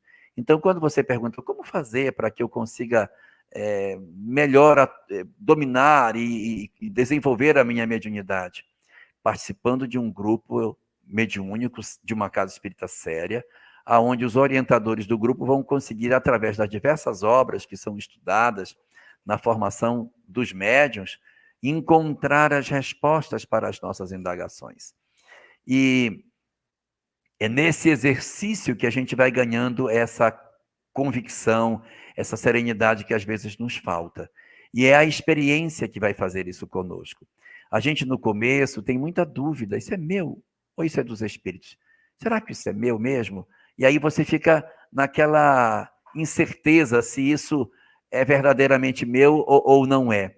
No livro Opinião Espírita tem uma mensagem lá, onde André Luiz oferece 20 elementos para que você consiga saber se a comunicação é sua ou se ela não era. Ele vai perguntando: o conteúdo que você recebeu, você tinha conhecimento prévio? Não, não tinha. Então não pode ser seu. Você tinha. Então ele vai citando várias coisas para você dizer: realmente não é meu mesmo isso aí, ó. Que eu não estava pensando assim, eu não penso desse jeito, eu não acho que seja assim. E ele vai trazendo vários elementos para ajudar a gente a definir. Então, para a primeira parte da sua pergunta, participar de um grupo mediúnico sério, onde você vai ter o estudo preliminar e depois o grupo para ajudar você. Com relação a como você fazer para identificar se é seu ou se não é seu, procure o exercício da mediunidade, que vai lhe dar essa convicção, e procure a obra Opinião Espírita, que lá você vai encontrar um capítulo que fala como identificar a comunicação mediúnica que procede de um espírito, mesmo sendo consciente. Como é que eu vou saber o que é meu, o que é anímico e o que efetivamente é de uma entidade que está realmente vinculada a mim? E com relação à questão da obsessão, da perturbação, não existe outro antídoto para a questão da obsessão que não seja o amor. É o último capítulo da obra de Sueli Caldas e Schubert, que fala sobre obsessão e desobsessão. O último capítulo é O Antídoto. E lá ela inicia o capítulo dizendo: sim, o amor é o único antídoto para esse mal que graça de maneira tão avassaladora a obsessão. Somente quando os corações forem capazes de amar sem reservas, afugentando as dores e aí ela vai seguindo no texto, apresentando que é o amor que nos blinda contra o processo da obsessão. Enquanto tivermos mágoa, ódio, inveja e sentimentos negativos, nós estaremos expostos a um processo de obsessão. Então aí vem a disciplina de cada um de nós, a transformação moral, a atenção efetiva para os nossos atos, para impedir ou pelo menos minimizar a ação dos obsessores que possam perturbar as nossas vidas. Esse é o roteiro que a gente pode seguir para garantir uma maior serenidade e o exercício de uma tarefa tão bonita como a mediunidade. Aproveite a chance que Deus lhe concedeu e se entregue ao trabalho. Existem entidades demais precisando de socorro. Existem muitos que precisariam disso. E a mediunidade às vezes nos é dada não só para socorrer os que padecem, mas para que a gente veja a realidade espiritual. E quando alguma prova muito forte chegar até nós, nós não tenhamos dúvida de que o espiritual existe. Tem vezes que a mediunidade nos vem para que nós saibamos corrigir as nossas faltas, para que nós tenhamos força para atravessar as provas, porque temos convicção do mundo espiritual, da obsessão, da perturbação e do que os espíritos podem fazer nas nossas vidas. Os que não são médiuns não contam com esse recurso. E quando as provas amargas chegam, eles às vezes têm dúvidas se verdadeiramente isso procede do mundo espiritual. Então aproveite essa luz que foi colocada no seu caminho, se entregue a esse trabalho, socorra os que você puder socorrer e leia a vida pelo lado do espírito.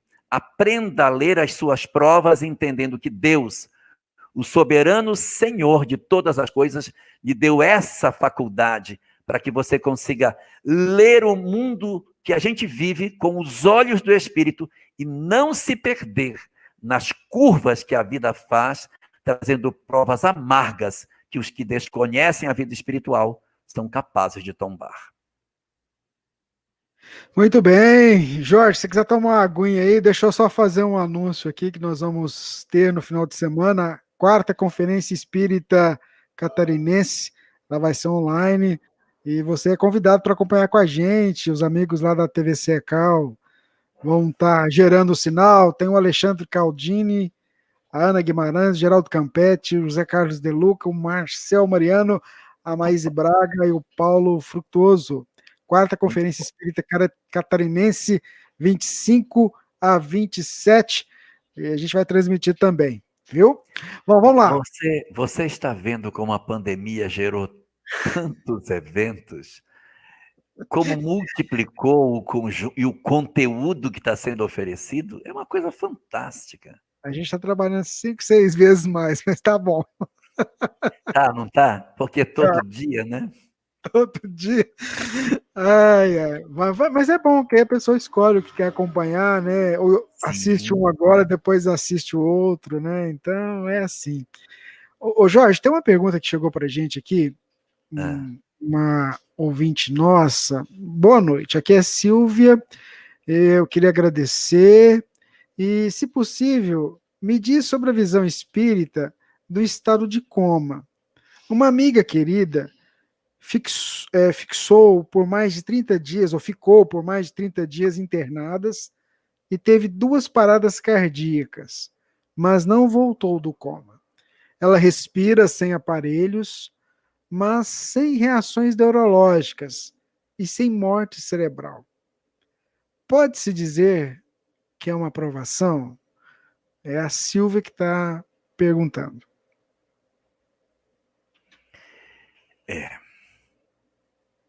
É uma aprovação. No livro Céu e Inferno, na segunda parte, Kardec relaciona 68 casos de espíritos do lado de lá. E ele classifica os espíritos em pacotes. Espíritos felizes, condição mediana, sofredor, suicida, endurecidos, criminosos, arrependidos, expiação terrestre.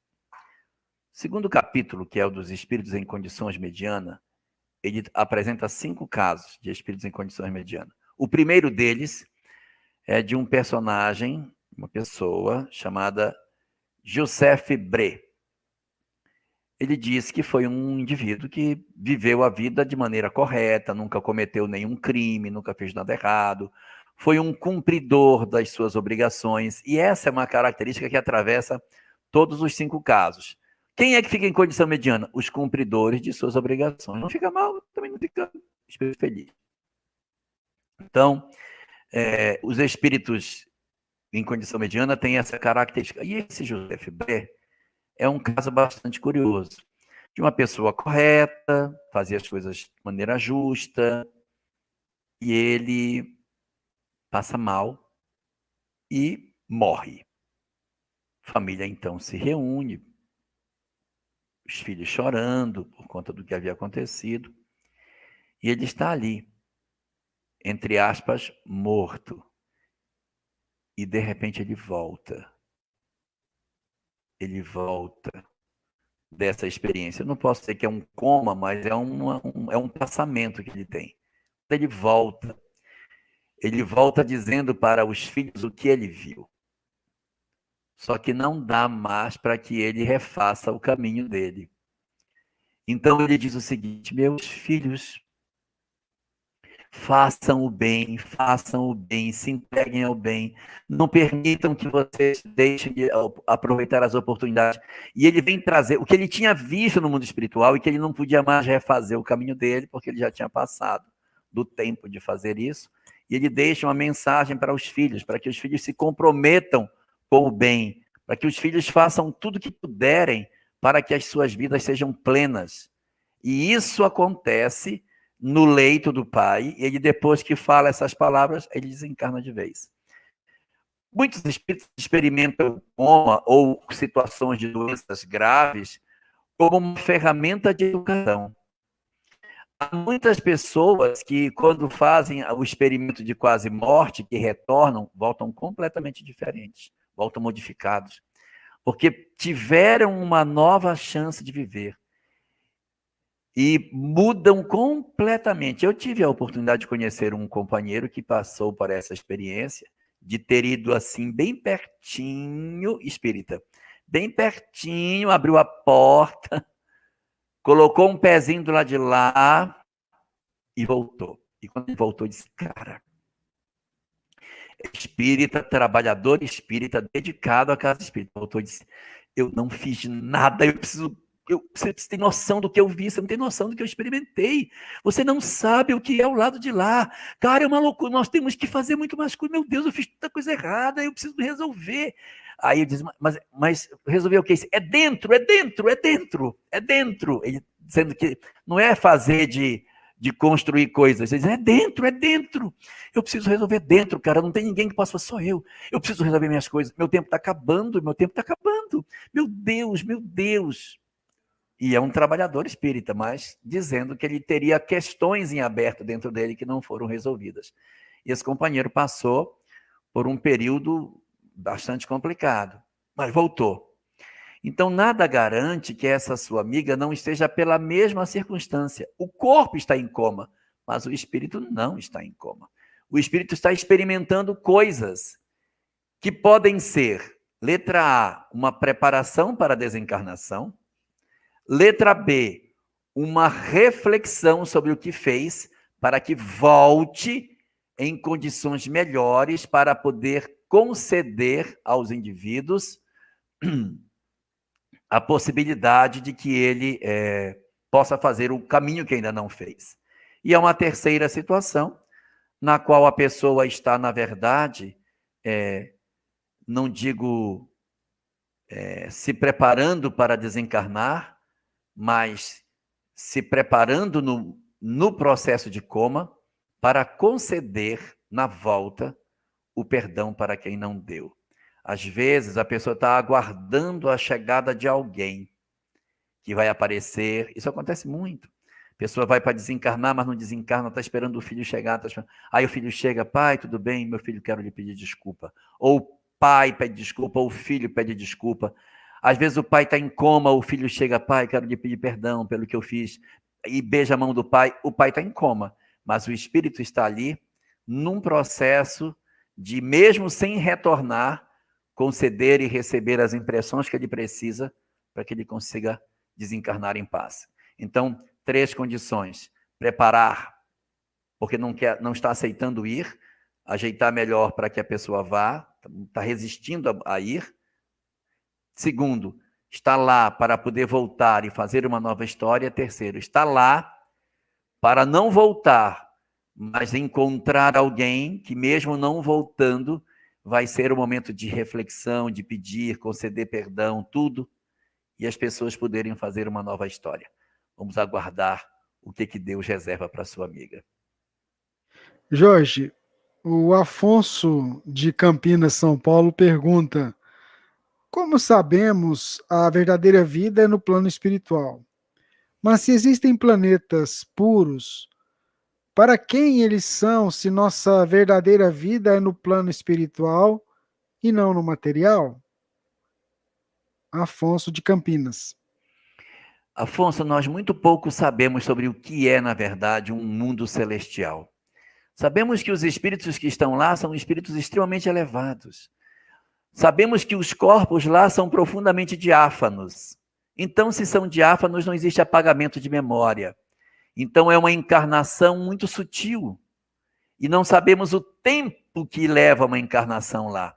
Porque já que não existe a necessidade de refazer os caminhos e as desencarnações que a gente passa para recomeçar uma história, quem sabe as encarnações não durem milhares de anos.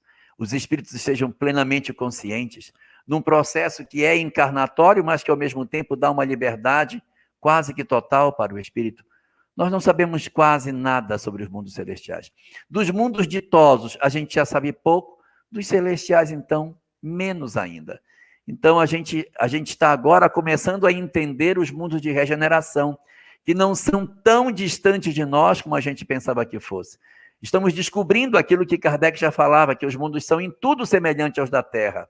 O que muda é a disposição do espírito em querer mudar. Essa é a grande mudança de provas e expiações para o mundo de regeneração. Os corpos são iguais. O que muda não é o hardware, é o software. Então, nós estamos começando a entender os mundos de regeneração. Os mundos ditosos, a gente tem pouca informação. E os celestiais, muito menos ainda. Mas você tem razão. Se a vida verdadeira é a do mundo espiritual, para que um espírito tão elevado vai encarnar? Essa é uma pergunta que a gente vai precisar evoluir mais para encontrar a resposta. Mas, com certeza, lá, os propósitos não são os mesmos de cá. As coletividades de espírito devem se reunir, não por um interesse de construir uma sociedade para eles, mas esses mundos celestiais, muitamente, são comunidades a serviço de outros planetas, para que eles progridam, e essas coletividades reunidas promovem o socorro a outros mundos, tendo essa diáfana ligação com os mundos aos quais eles pertencem, que constitui, portanto, uma coletividade que encarna, por assim dizer, em corpos, mas que são extremamente sutis. O nosso ouvinte Alamir, lá em Campos do Goytacazes, no Rio de Janeiro, pergunta: a reencarnação compulsória consta da doutrina? Ela consta na literatura espírita, porque doutrina espírita é a obra de Allan Kardec. Por quê? Porque foi Kardec que disse: o que está contido aqui nós vamos chamar de espiritismo. Então, nós não chamamos de doutrina espírita a literatura que veio após Kardec. Essa literatura que veio depois, nós dizemos que são obras subsidiárias. Houve um período em que o movimento espírita chamou essas obras de obras complementares. Depois esse termo foi mudado. Porque se elas fossem complementares, elas vinham complementar uma coisa que estava incompleta. Então mudou-se o termo para obras subsidiárias. Elas dão subsídio para o entendimento da obra básica, que é a verdadeira doutrina espírita. Então, quando você pergunta se na doutrina espírita há algo que diga que exista a reencarnação compulsória, a gente não vai encontrar na obra de Kardec nada nesse sentido, como a gente não encontra e muitos outros elementos sobre a questão da vida no mundo espiritual, sobre clonagem, sobre uma série de pontos transplantes, que a obra de Kardec não contempla isso, mas tudo que se fala após a obra de Kardec tem que estar consentâneo com esse edifício, senão você vai começar a colocar uns alejumes aqui. E certamente você deve estar perguntando isso, porque a obra de Kardec fala do comprometimento do espírito, do desejo do espírito, para que aconteça a sua encarnação. E na reencarnação compulsória não tem isso. Na verdade, ele vem sem até saber que ele está vindo. E como é que vai encaixar a doutrina espírita nisso? É porque toda encarnação compulsória tem um avalista. O que encarna compulsoriamente só vem porque tem um outro que diz: eu levo ele, eu me comprometo. Então, o planejamento está, de certa maneira, assentado sobre alguém que tem autoridade moral para dizer: eu vou levar ele comigo, eu me responsabilizo por ele. E qual é o objetivo de um espírito fazer isso? O espírito superior é assim, se compromete pelos outros, quer que os outros cresçam. Então, as entidades superiores, elas se comprometem. Como é isso? Ela assume parcela da responsabilidade do outro. Se o que vem compulsório cair, ele assume parcela da responsabilidade, porque ele é que trouxe, ele deu aval, ele assinou lá como avalista da encarnação. A mãe de André Luiz, no livro Nosso Lar, está trazendo compulsoriamente o marido e as 3 mulheres que ele tinha envolvimento. Ela está assumindo parcela da responsabilidade do que vai acontecer durante a encarnação dos 4. Ela vai ter que envidar todos os esforços para que eles se levantem. Se eles não se levantarem, porque ela não deu a parte do contributo dela, ela assume responsabilidades maiores. Então, esse desejo de vir, esse impulso obrigatório da vontade para que renasça e tenha proveito, está na mão do avalista. O que reencarna compulsoriamente é uma entidade muito perturbada e que, se fosse esperar ela despertar para vir, atrasaria muito o processo do progresso dela. Então, alguém disse, eu vou me comprometer por ela. Existe um conto de Irmão X, eu acho que é do livro Cartas e Crônicas, que narra a história de um pai que descia nas sombras para buscar o filho. Ele foi durante 92 anos, todos os dias, nas trevas, conversar com o filho e voltar. Conversava com o filho. 92 anos, indo e voltando, até que ele convenceu o filho, colocou nos braços e levou. Disse, meu Deus, mas para que esse sacrifício todo? Aí dizem os mentores, se ele não tivesse feito isso, talvez ele demorasse 92 séculos para sair de onde estava. Então, quando um espírito intercede por outro, ele está se comprometendo e ele assume parcela de responsabilidade. Ele vai acelerar o progresso do outro? Sim, pode acelerar. Mas se o outro cair, ele assume parcela de responsabilidade da queda que o companheiro cometeu. Ei, Jorge, mas tem pergunta aqui, viu? Mas nós vamos fazer a última hoje, tá, gente? Mas a gente tenta semana que vem continuar, recuperar suas perguntas.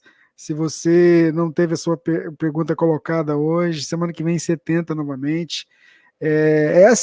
São várias perguntas que estão chegando de vários pontos e a gente vai fazendo assim uma seleção rápida. Mas eu queria que o Jorge comentasse essa aqui que eu vou colocar na tela, a Maria Doroteia.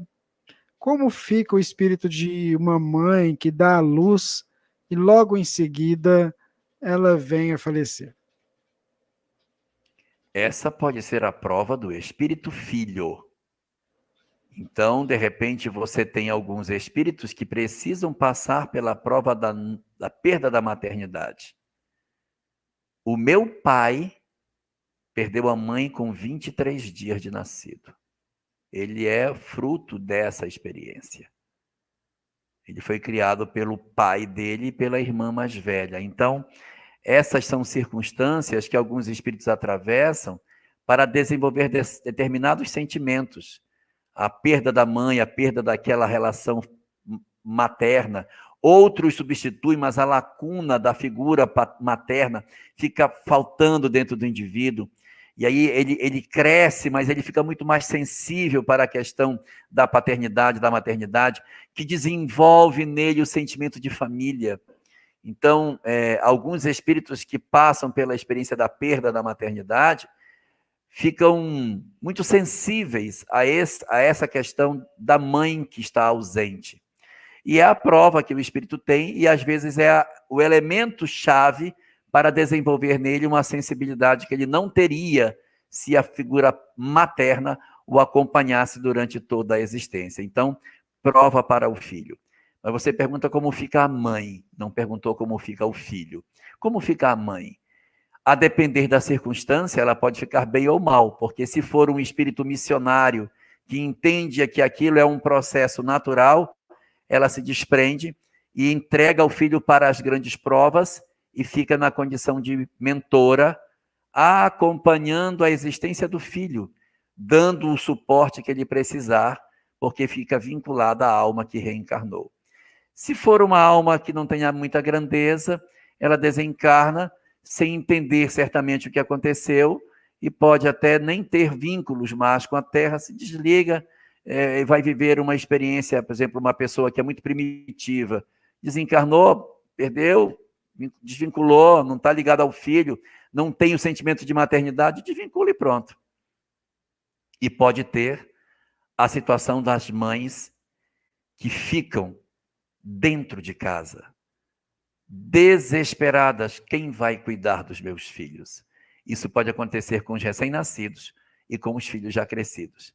Entidades que são mães dedicadas e que desencarnam, é frequente elas permanecerem por um tempo junto aos filhos, sem querer ir para o mundo espiritual, os filhos já adultos, elas dizem, mas quem vai cuidar das minhas crianças? Os meus filhos vão ficar sozinhos, sou eu que sou a mãe deles, eu não posso ir embora. E aí você tem que ter todo um trabalho de convencimento para mostrar para ela que ela também precisa crescer e que tem outros esperando por ela, que ela fica muito fixada nos filhos e esquece os outros parentes, a sua própria mãe, seu próprio pai, seus irmãos, marido que já desencarnou, que estão aguardando por ela numa nova etapa. Fechou-se um ciclo, abre-se outro. Então a condição da mãe vai depender muito da condição espiritual que ela esteja. E o filho é a questão da prova, que muitas vezes é para desenvolver nele o sentimento de família, que será fundamental para as provas que ele vai atravessar. Muito bem. Jorge, antes da gente encerrar, para você fazer aquela fala final e a prece, a gente semana passada fez um registro, né, um pedido de prece para Maria Júlia. Pois é, e aí eu recebi durante a semana um recadinho de que ela saiu do hospital, estava em casa, recuperando, e foi muito bacana, né? Que Deus continue abençoando a nossa irmã que colocou a informação para a gente, e é isso. Jorge, é com você. Então vamos orar. Vamos refletir um pouquinho sobre os nossos assuntos de hoje. A gente teve muitos temas sobre família, muitas questões relacionadas a dramas familiares. E é isso mesmo, sabe? A gente às vezes quer conhecer um espiritismo para coisas grandiosas, como se o espiritismo fosse para fazer grandes obras, para que a gente se tornasse espíritos luminosos. Nem tanto assim. Às vezes o espiritismo veio para ser a chave da porta dos nossos corações, para que a gente consiga viver melhor com aqueles que Deus colocou dentro de casa. Nós temos muito a fazer. O ambiente das nossas famílias é um ambiente extremamente importante para nós. E o conhecimento espírita é a luz maior que a gente poderia receber para balizar as nossas vidas nessa direção. Benditos sejamos todos nós que descobrimos no Espiritismo não um instrumento para os nossos cérebros, nem apenas uma coisa para as nossas mãos, mas um tesouro para o nosso coração. Que essa mensagem transforme as nossas vidas. E não é a nossa vida lá fora, a nossa vida social. Não, transforma a nossa vida no miudinho, naquilo que é pequenininho, dentro de casa. Eu desconheço um espírito que chegou no mundo espiritual e diz, gente, eu errei porque eu amei muito, devia ter amado menos. Não tem. Então não percamos a oportunidade e nos entreguemos àquilo que a gente sabe que tem que ser feito. Ninguém de nós aqui ignora o que tem que ser feito. Todo mundo sabe o que tem que ser feito. Então se entregue, faça o que tem que ser feito. Ninguém erra por amar. Vamos fazer o que a gente puder para que as nossas famílias consigam ser iluminadas pelo pensamento que o Espiritismo pode nos conceder. Vamos orar?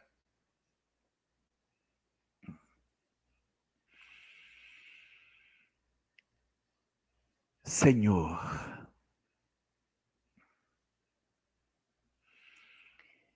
que nos honraste a atual existência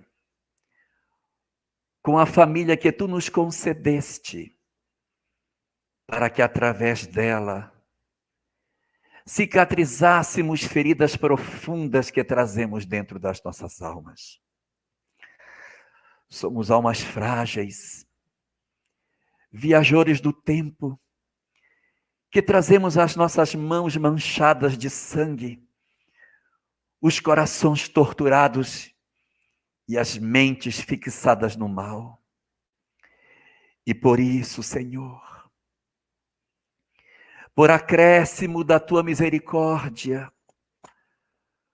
concedeste às nossas almas infelizes a chance do recomeço, para que reorganizássemos as nossas emoções e descobríssemos o caminho da luz. E para que não nos perdêssemos nos vendavais que a vida representaria para nós. abriste diante dos nossos olhos a oportunidade sagrada do reencontro na carne com os nossos amores do passado. Antigos afetos que o tempo não nos riscou da memória, comparecem dentro do nosso lar, ostentando hoje o título de pai, de mãe, de esposo, de esposa, de filhos, de netos. E identificamos em cada um deles os vínculos profundos do passado que aquecem os nossos corações, nos dizendo da felicidade que o amor é capaz de oportunizar, mesmo para nós, almas enfermas, cegas do amor que precisamos viver. Por isso, Senhor da vida, nós queremos te agradecer por todas as vinculações que tu trouxeste para o nosso ambiente doméstico, a fim de que aquecêssemos as nossas almas e tivéssemos a certeza do amor nos nossos dias. Mas, nesta noite que tu nos concedes, para refletir sobre as verdades do Espírito, deixa-nos agradecer-te também pelas oportunidades que tu nos concedeste de reencontrar com aqueles que ainda não conseguimos amar. Dá, Senhor, a cada um de nós a força que nos falta para que o conhecimento espírita nos seja a lucidez que ainda precisamos para atravessar a grande prova da convivência de maneira desalinhada dentro dos nossos lares. Nos ajuda a entender que nós também precisamos de compreensão e não só eles. E faze com que roguemos a presença dos nossos espíritos benfeitores, para que eles estejam conosco nas nossas horas de fraqueza, nos nossos momentos de conflito, para que a hora grave passe e nós consigamos, de alguma forma, avançar na direção do irmão tão difícil que a vida nos concedeu. Nos ajuda a enxergar todas essas coisas pelos olhos do Espírito, a ver todos nós como espíritos que somos, atravessando apenas uma instância na Terra, para que o peso não seja excessivo, mas que a força que tu envias a todos os que te evocam, Senhor, preencham os nossos corações, preencham as lacunas de afeto que nós ainda temos, expulsando para longe o desamor que nos torna infelizes. Dá, assim, a cada um de nós a condição de superarmos e de entendermos a oportunidade maravilhosa que tu nos concedeste de quebrarmos as algemas que ainda nos impedem a felicidade legítima. Ó Senhor da vida, nos faz aproveitar cada segundo que tu nos concedeste e nos oferece mais um pouco de tempo para costurar os tecidos rasgados, para cerzir os tecidos que nós mesmos rompemos e para promover a costura nas relações que não conseguimos até agora realizar. Enche-nos assim de bons propósitos, dá-nos a certeza de que não estamos sozinhos, para que a grandeza infinita que tu tens, Senhor, de alguma forma, uma réstia de luz que seja, ilumine os nossos corações e tenhamos a força para vencer as nossas dificuldades. Por isso te rogamos, abençoa o nosso lar, Senhor. Abençoa o nosso lar. Abençoa o nosso lar, protege as nossas relações, cicatriza as feridas e faz com que façamos um novo recomeço nas nossas vidas. Nos oferece a sabedoria que nos falta e nos faz vermos irmãos em todas as criaturas. E por fim, Senhor, deita essas mesmas bênçãos sobre todos os lares da terra. Somos todos teus filhos, ávidos de afeto, ávidos de paz. Ajuda-nos, Senhor, abençoa-nos a todos e guarda as nossas almas na tua proteção e a tua infinita misericórdia. Muito bem. Obrigado, viu, Jorge? E aí, quando a gente falou da Maria Júlia, né? Aí a Carmen, que fez o pedido semana passada, escreveu, ó, sim, Maria Júlia está com a família. Gratidão a todos que vibraram. Legal, né? Ao vivo é assim mesmo, bacana, muito bom. Carmen, tem que cuidar de perto dela. Isso Olha, mesmo. eu sei que o tempo passou, mas eu quero falar uma coisa. O Jorge está ali. Só um instantinho. Tá, tranquilo, O Jorge. problema da nossa juventude é o vazio existencial, viu? Eles estão sem um propósito, estão com um vazio. E a melhor forma de combater este vazio é preenchendo o vazio. Então preencha o vazio dela, encha de cores, dê propósito a essa menina. Cria algumas coisas, não precisa ser em religião, mas cria um propósito de cidadania, juntar um grupo para fazer trabalhos em prol da comunidade, arborizar a rua, tratar de gato, cuidar de cachorro, fazer muda para colocar na cidade, fazer algo que elas se sintam felizes e que deem um sentido para a sua vida. A juventude está precisando saber a que veio. Então, nós que somos os mais adultos do que eles, temos que criar o que fazer para que eles se sintam tão importantes no planeta, para que eles digam, nossa, eu sou capaz de mudar o cenário em que eu vivo. Pensem nisso, juntar a juventude do bairro, do condomínio, da rua, para fazer um trabalho em prol da própria rua. Eles vão se sentir tão felizes. Eles precisam de protagonismo para quebrar esse marasmo do vazio existencial que o materialismo colocou no coração de todos eles. Muito bem, antes da gente encerrar aqui, Divina, me dá um abraço pro pessoal aqui. A Divina está ali nos bastidores, cuidando de observar, junto com os amigos das redes sociais.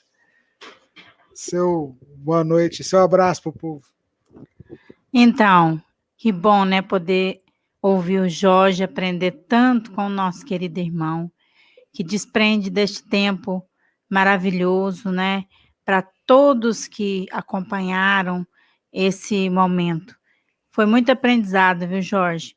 E quando a gente vê um depoimento desse, né, de agradecimento de alguém que conseguiu vencer, né, isso que atormenta a tantas famílias, né, os olhos da gente se enchem de lágrima, o coração da gente acelera e vê da importância, né, deste trabalho, da soma de esforços de tantos que puderam colaborar, né, para que esse momento chegasse em tantos lares, tá?